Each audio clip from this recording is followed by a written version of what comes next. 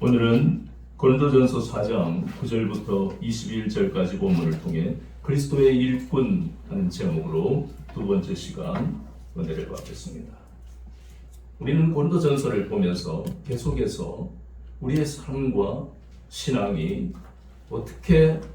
어떤 기초 위에서 또 우리가 어떻게 세워져 가는가 하는 것을 공부를 했습니다. 이 말씀을 통해 우리가 참 이해하기 힘든 부분도 있지만 우리가 고린도후서 5장 17절부터 그 말씀을 보면 새로운 피조물은 새로운 성경적 가치관과 사고방식을 배워야 하는 겁니다. 우리가 성구별을 떠나서 나이를 떠나서 하나님은 우리를 새롭게 변화시키기 위해서 하나님의 뜻을 알기 위해서는 성경적 가치관은 필수입니다. 그래서 끊임없이 성경을 통해서 우리가 살아가는 세상에서 만나는 모든 일에 대해서 의심하지 아니하고 하나님이 이런 가운데서도 나를 위해서 나의 그러한 믿음의 진보를 이루게 하시려고 하나님이 예비해 놓으신 놀라운 은혜를 받아서 살아가는 인생이 되게 하시려고 끊임없이 말씀을 통해서 사랑하는 자녀들에게 이러한 보화를 캐내어 이 땅에서 세상과 구별된 삶을 살아가도록 하나님은 도우시는 겁니다. 그 기준이 바로 성경입니다. 이 성경은 필독서 중에 하나에 불과한 것이 아닙니다. 우리의 삶의 여정 속에서 어느 길로 가야 실패를 하지 않는지, 어떻게 살아야 복된 삶을 사는지 이런 이야기를 하고 있는 책은 이 세상에 없습니다. 오직 성경 말씀을 통해서 하나님의 계시된 말씀을 통해서 우리는 정확하게 파멸과 고생이 없는 생명의 길을 걸어갈 수가 있는 것입니다. 그래서 앞에서 우리가 보았던 것처럼 우리의 삶과 신앙 그리고 가정과 교회는 예수 그리스도의 터 위에서 세워진 것이고 또 그 터가 세워지면 건물을 보듯이 터만 있는 건물은 없잖아요. 그 터 위에 건물을 세워가잖아요. 그 건축 재료가 뭐냐? 금이나 은이나 보석으로 우리의 삶과 신앙을 세워가야만 우리는 이 땅에서도 복을 받는 삶을 살아갈 수가 있다고 우리에게 가르치십니다. 그런데 이거는 우리가 알겠는데 왜 이런 말씀을 하시지? 그것은 아는 것으로 끝나서는 안 되는 문제를 고린도 교회 성도들을 보면서 우리가 심각하게 인식을 해야 되기 때문에 이것을 말씀하시는 겁니다. 고린도 교회 사람들도 다 과거의 잘못된 가치관을 내려놓으려고 해서 새로운 피조물로서 성경적 가치관을 가지려고 애쓴 사람들이에요. 그런데 지금의 고린도 교회의 모습은 어떻습니까? 수없이 많은 문제, 그 중에도 우리가 다뤘던 첫 번째 문제가 바로 시기와 분쟁이었습니다. 세상에서는 이게 당연한 거예요. 서로 미워하고 사돈이 땅 사면 아이고 배 아파. 이게 세상 가치관이에요. 아무렇지도 않습니다. 원래 그런 거예요. 야, 저 누구는 유학 갔대. 요번에 박사학위를 몇 개나 따고 와 세상에 외국어를 몇 개나 따. 아이고 부러워 죽겠어. 속으로는 배 아파. 이거는 남들이 다 그래 하니까 하나도 죄의식을 안 느낍니다. 그러나 새로운 피조물이 되고 난 다음에 이것을 버려야 할 육체의 소욕이다. 육체의 소욕을 따라가는 게 바로 시기 질투하고 살아가는 사람들이에요. 죄라는 겁니다. 하나님은. 거기다가 또 분쟁입니다. 예수 그리스도의 터 위에 금이나 은이나 보석으로 세워가야 할 사람들은 다 예수 그리스도 안에서 하나입니다. 성도 다르고 얼굴도 다르고 성격도 다르고 기호도 다르고 취미도 다르지만 그러나 예수 그리스도 안에서 서로 사랑하는 형제와 자매입니다. 왜 그렇습니까? 같은 교회를 다니기 때문에 아닙니다. 모두가 한 형제 자매가 될 수 있는 것은 바로 서로가 서로를 볼 때는 부족한 게 보인다 할지라도 우리가 의심하지 말고 또 싸우지 말아야 할 것은 바로 내 앞에 있는 그 형제 자매가 나와 똑같이 예수 그리스도의 피로 구원받은 사람이기 때문에 그것이 가장 중요한 것이기 때문에 그래서 하나님도 그 피를 보고 우리를 비판하고 정죄하지 아니하시는데 어째 인간이 구원받은 우리가 서로 비판하고 정죄할 수 있겠습니까? 그런데 고린도 교회에서는 그런 일들이 일어나고 있더라는 겁니다. 그 원인이 무엇이냐? 앞에서 우리가 본 바와 같이 고린도교회 성도들이 그렇게 은사를 받고 은혜를 받았으면서도 그런 시기와 분쟁, 수없이 많은 문제를 일으키는 가장 큰 원인은 그들이 육신에 속한 자에서 벗어나지 못한, 젖먹이 신앙에서 벗어나지 못한 것 때문에 그렇다. 그래서 주님은 끊임없이 바울을 통해서 이 교회를 말씀으로 섬기게 하고 눈물, 모든 겸손과 눈물, 사도행전 20장 19절에 모든 지나온 교회들을 바울은 한결같은 마음으로 그들이 모자라는 소리라고 어리석은 소리라고 바울을 향해 덤벼들고 돌던질려 얼마나 많은 환난이 바울에게 있었겠습니까? 그러나 모든 것을 덮어두고 사랑으로 덮고 모든 겸손과 눈물로 그들을 섬겼습니다. 가식이 아닙니다. 위선이 아닙니다. 그가 받은 은혜가 너무 크기 때문에. 그래서 오늘 이 교회에 나오는 그 진술의 방법이 우리 그리고 너희라는 대조의 방법으로 지금 설명하고 있습니다. 우리말에 있어서 언어에 있어서 설명하는 방식이 여러 가지 다양합니다. 이런 설명 방법을 사용하면 듣는 사람, 보는 사람은 굉장히 이해가 빠를 수 있습니다. 그래서 바울은 이러는데 고린도교회 성도는 이렇구나.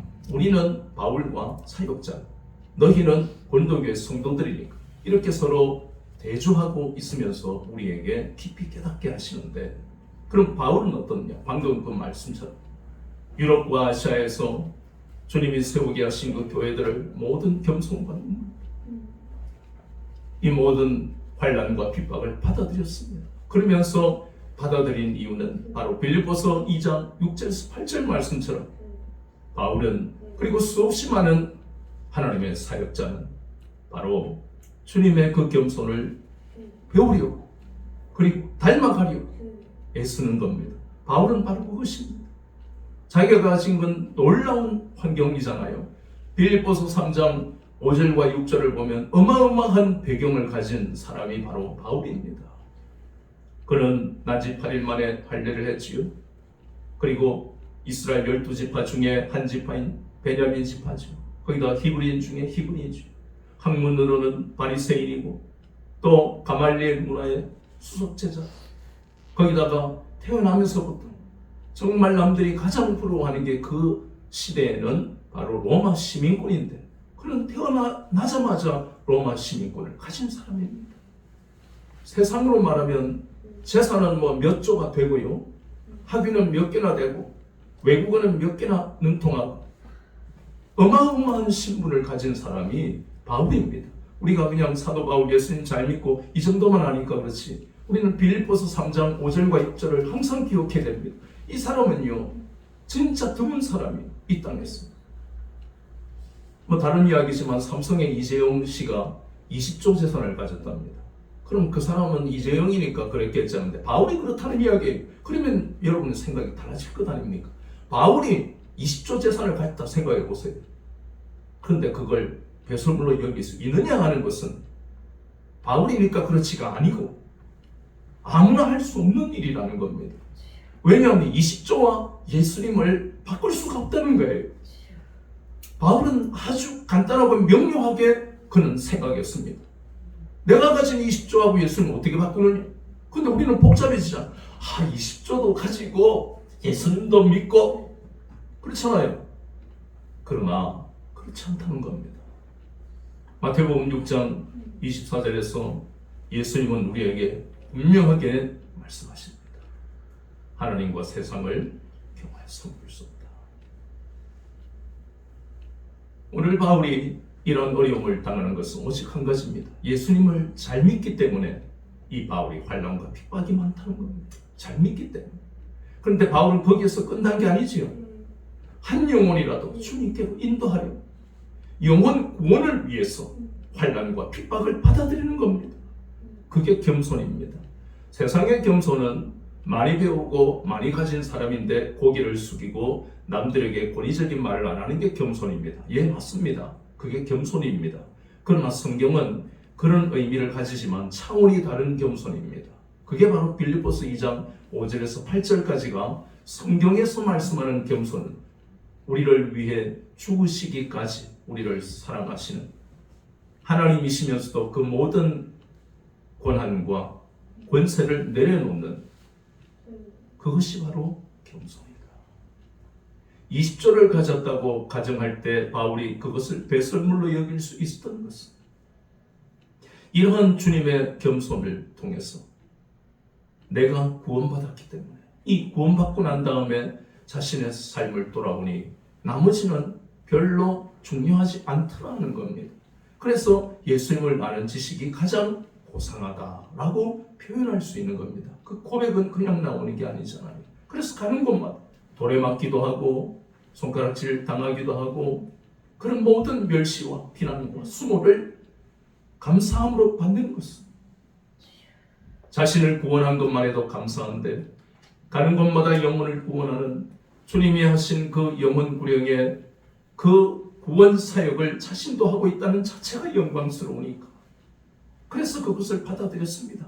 이것은 다시 한번 말하지만 위선이 아닙니다. 가식이 아니라는 겁니다. 예수님을 진짜 믿는 사람들은 위선자가 하나도 없습니다. 그래서 오늘 이러한 이 모습을 우리가 보면서 그리고 상대적으로 너희는 할 때 상대적으로 고린도 교회 성도들은 이들의 모습과 이 사역자들의 모습과 다르게 그들은 교만했습니다. 육신에 속한 자로 성령님의 인도를 받지 아니하고 구원은 받았지만 그들은 육신의 생각으로 육신을 따라서 육체의 소욕을 따라서 시기하고 분쟁을 일으키는 그러한 모습을 대조적으로 보이고 있더라는 겁니다. 바울이 이렇게 겸손한 자가 되는 것은 아까도 우리가 보았듯이 오직 한 가지 목적밖에 없습니다. 그것은 영혼을 구원하는 복음을 위해서, 영혼 구원을 위해서 자신은 기꺼이 이러한 복음을 전하다가 핍박받고 수모를 당하는 것을 받아들이겠다. 그래서 본문에는 어떻게 표현했습니까? 세상과 사람들에게 구경거리가 되었다. 구경거리 되는 걸 누가 좋아합니까? 아무도 좋아하는 사람 없습니다. 우리에게는 다 자존심이 있어요. 그게 죄는 아닙니다. 그러나 그것보다 우선해야 할 것이 방금 여기서 보이는 이러한 바울의 그 가치관, 영혼 구원을 위해서 그것이 자기에게는 최고의 우선되는 것이었습니다. 그래서 구경거리가 되었다. 20조 재산을 가진 사람이 구경거리가 되는 거 참겠습니다. 겉으로는 허허허 웃지만 저거 고소해 고발해 그럴 거 아닙니까? 거기다가 비천에 처하기도 했습니다. 그 비천에 처했다는 그 말씀이 그 뒤에 보면 고린도전서 9장 19절에 보니까 내가 모든 사람에게서 자유로우나 스스로 모든 사람에게 종이 된 것은 더 많은 사람을 얻고자 하니라. 고린도전서 9장 19절을 보면 구경거리가 되고 비천한 그러한 자리에 있는 것을 부끄러워하지 않는 것은 자신은 손가락질 받아도 그렇게 해서라도 저 사람을 혹은 다른 사람을 구원할 수 있다면 기꺼이 받겠다는 겁니다. 이게 무슨 위선입니까? 절대로 가식이 아닙니다.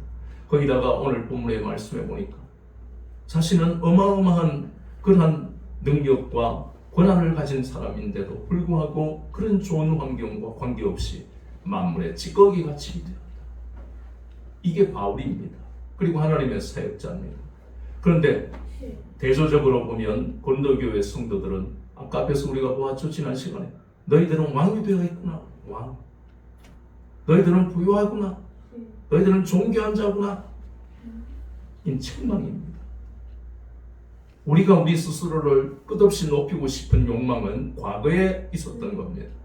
사람들은 나를 알아줘야 돼. 그래서 나를 알아달라고 명품을 걸치고 나를 알아달라고 배기량이 많은 차를 몰고 다니고 나를 알아달라고 이런 것처럼 것을 소모하는 게 세상 가치관입니다. 그러나 바울을 통해 우리는 그것이 얼마나 하찮은 건지를 깨달아야 합니다. 그것이 필요 없다는 이야기를 지금 하는 게 아니에요. 명품을 들고 있다고 구원 못 받는 게 아닙니다. 중요한 것은 우선순위가 얼마나 중요한지를 다시 한번 점검해야 합니다. 우선순위는 오직 예수 제일주의, 예수님 중심으로 살아가는 것이 우선순위입니다. 나머지는 명품이 필요한 사람에게는 주십니다. 그리고 배기량이 큰 차를 몰아야 될 이유가 있는 사람에게는 주십니다. 하나님의 오묘한 방법. 그러나 인생에 있어서 가장 중요한 것은 그것이 먼저가 아니라는 겁니다. 자존심 상할 것도 아니에요. 작은 집에 살고 전세에 살면 어떻습니까? 그 속에 예수님이 계시기만 하면 되는 거예요. 평수가 100평인 집에 예수님도 없이 자기가 주인인 사람의 인생은요, 들어가 보면 얼마나 쓸쓸하고 고통스러운지 몰라요. 그래서 우리는 이 바울이 만물의 찌꺼기같이 되고 비천에 처하고 세상 사람의 구경거리가 되어도 하나도 자존심 안 상하고 기쁨으로 이 길을 걸어갈 수 있던 것은 우리가 아까 보았던 고린도전서 9장 19절에 보니까 더 많은 사람을 구원하기 위해서. 이런 가치관은 세상에 없는 가치관입니다. 누가 다른 사람을 위해서 희생합니까? 물론 그런 사람을 의인이라고 하죠. 그러나 생명을 살릴 수 있지만 영혼을 살리지는 못하잖아요. 바울이 자신이 모두 배설물로 여긴 이유는 그것입니다. 누가 있었어? 하나님만 하실 수 있는 영혼 구원을 내가 한다는 자체가 감히 내가 무엇인데? 다른 사람을 살리기 위해 내가 가진 것은 그렇잖아요. 여러분도 그렇게 살고 있잖아요. 내 사랑하는 가족을 위해서 때때로 모이면 비난을 받고, 야 니는 뭐 예수 믿는데도 뭐 기도하는데 응답도 없고 뭐 아직 그런 문제 때문에 고통스러워하니 수모를 줍니다. 무시합니다. 멸시합니다. 그리고 때때로는 그 영혼들에게 전도하기 위해 물질도 사용해야 됩니다. 때때로는 내가 회의가 들기도 해요. 내가 지금 벌써 1년째고 5년째인데 왜 이렇게 응답이 없지? 돈만 쓰고 저 사람 나를 맨날 무시하고 나도 자존심인데 화도 나고. 그러나 그 모든 것은 바울처럼 영혼 구원이라는 세상에 없는 가치, 가장 고귀하고 품격 있는 가치가 바로 영혼 구원을 위해서 살아가는 것.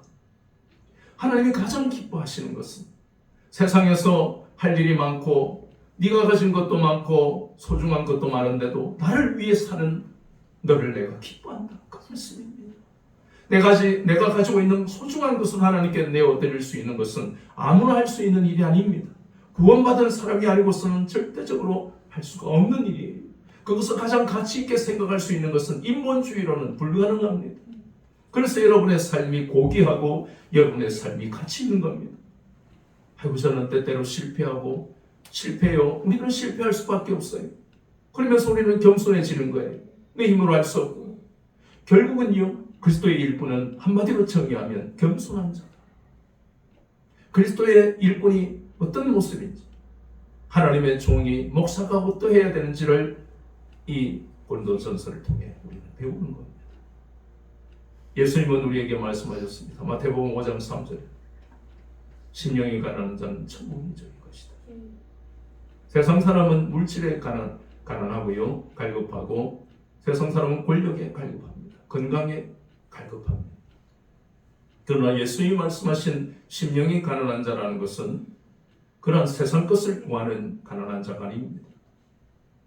날마다 내 힘으로 살 수 없음을 고백하는 겸손해져가는 하나님을 열망하는 것을 우리는 심령이 가난한 자라고 합니다. 돈이 없어서 가난한 자가 아닙니다. 돈도 있고 살아갈 만한데도 예수님은 우리에게 가르치십니다. 너희들이 세상으로 가난하면 안 된다. 세상으로 갈급해서는 안 되는 것이다. 오직 하나님의 도우심을 날마다 갈급해라. 그게 심령이 가난한 자입니다. 심령이 가난한 자의 의미가 겸손한 자를 의미합니다. 우리가 겸손하지 못한 것은 아직까지 내가 하나님을 온전히 의지하지 않고 있다는 증거입니다. 그 교만한 게 바로 그거예요. 겸손의 반대가 교만 아닙니까? 잠언 16장 18절에 교만한 자는 바로 패망한다. 패망의 선봉이라고 했습니다. 중간은 없습니다. 신앙생활에 절대로 중간은 없습니다. 교만하지 않으면 겸손한 자입니다. 여러분 스스로를 날마다 점검해 보시고, 내가 하나님을 온전히 의지하고 하나님의 은혜가 아니면 살 수 없다고 여러분들이 하나님 앞에 고백하고 있으면 여러분은 겸손한 자. 때때로 하나님 나는 나는 응답도 못 받고 그러면 내 기도한 게 이러고 원망하고 불평하고 있으면 그 사람은 교만한 거예요. 원망 불평 이꼴 교만입니다. 지금까지 우리를 건져주신 그건 다 망각해버리고, 저와 여러분을 지금까지 인도하시고 필요한 걸 공급하신 은혜를 망각해버리면 원망 불평이 나옵니다. 원망 불평했다는 뜻이 바로 교만하다는 거예요. 고린도 교회가 그렇단 말이에요. 우리가 그럴 수 있다는 겁니다. 늘 겸손할 수는 없어요. 늘 심령이 가난할 수는 없습니다. 그래서 점검이 필요합니다.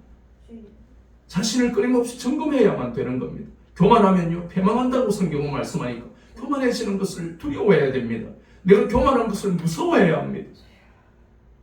하나님은 이 교회를 사랑하시니까 바울을 보내셔서 그것을 깨닫게 하시고 이제는 말하는 그 태도가 달라지죠. 아주 온유하고 부드러운 말로 권면합니다. 그 말씀이 바로 14절부터 나오는 내가 너희들을 사랑한다. 그리고 15절 그리스도 안에서 일만스승이 있다. 일만스승이라는 것은 갈라디아서 3장 24절에 보이는 대로 몽학선생입니다. 우리를 인도합니다.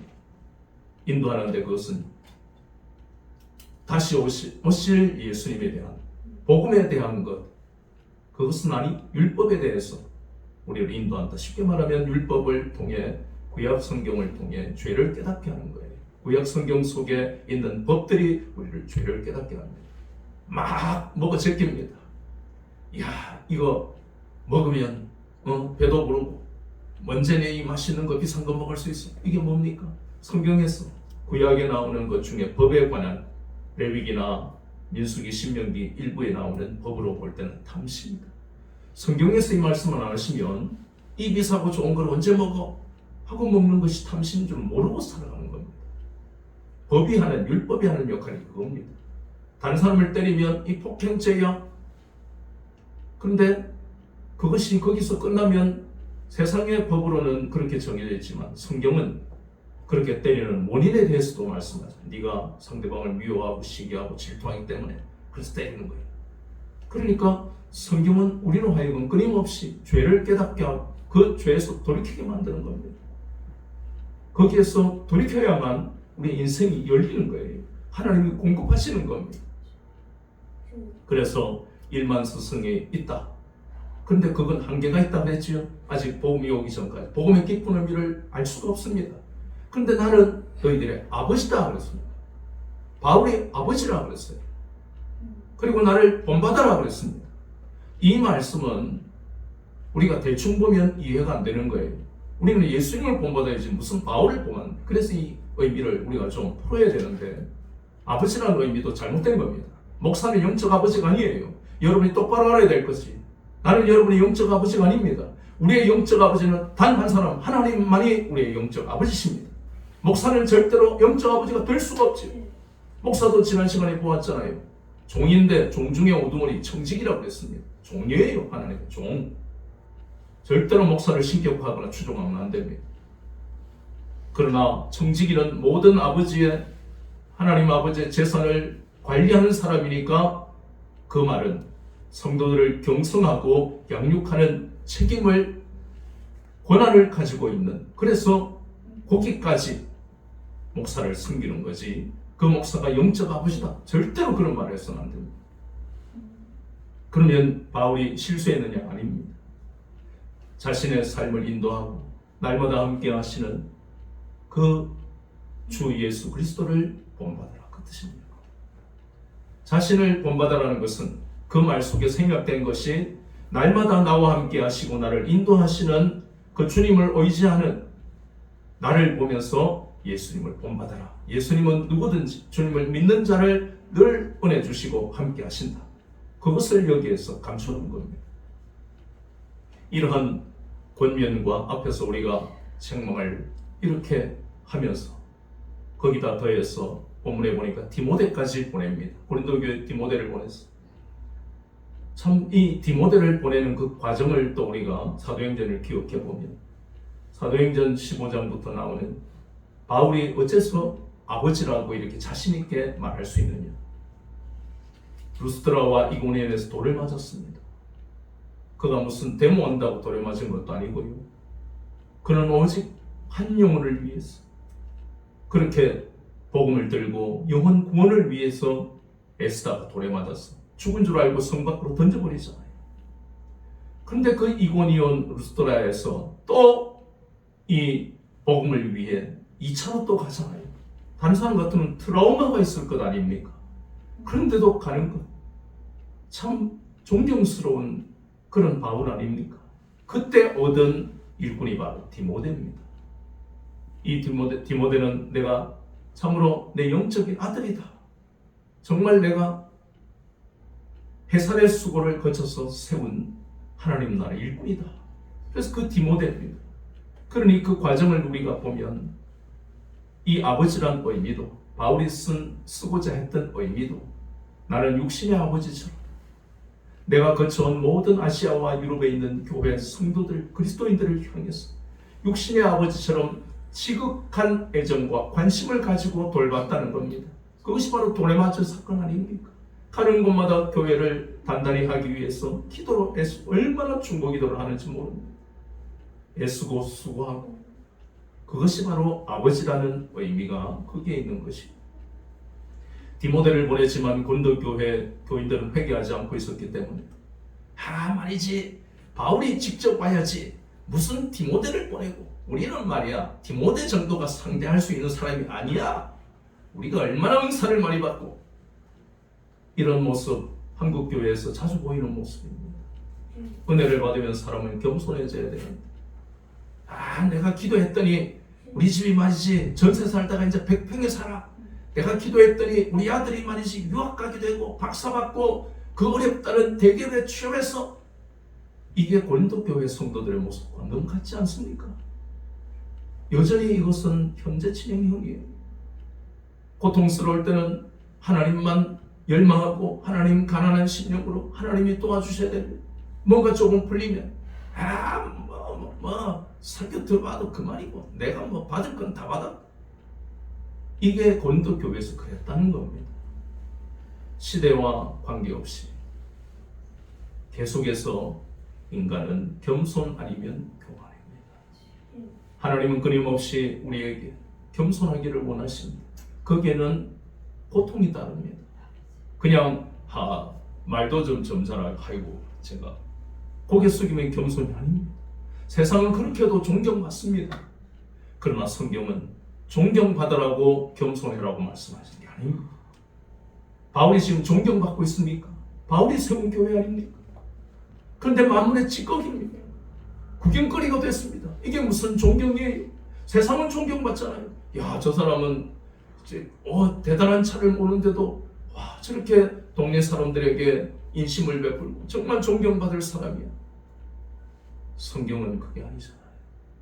영혼 구원을 위해서 자존심도 내려놓고 모든 걸 내려놓습니다. 그런데 고린도 교회 성도들은 은사 좀 받고 은혜 받았다고 까불까불거리고 우쭐댑니다. 그래서 오늘 나온 말씀이 그들을 향해서, 오늘날 한국교회 잘못된 길을 걸어가는 많은 사람들을 향해서 하나님 나라는 말에 있는 것이 아니라 능력이 있는 것입니다. 이 말씀은 그냥 나온 게 아닙니다.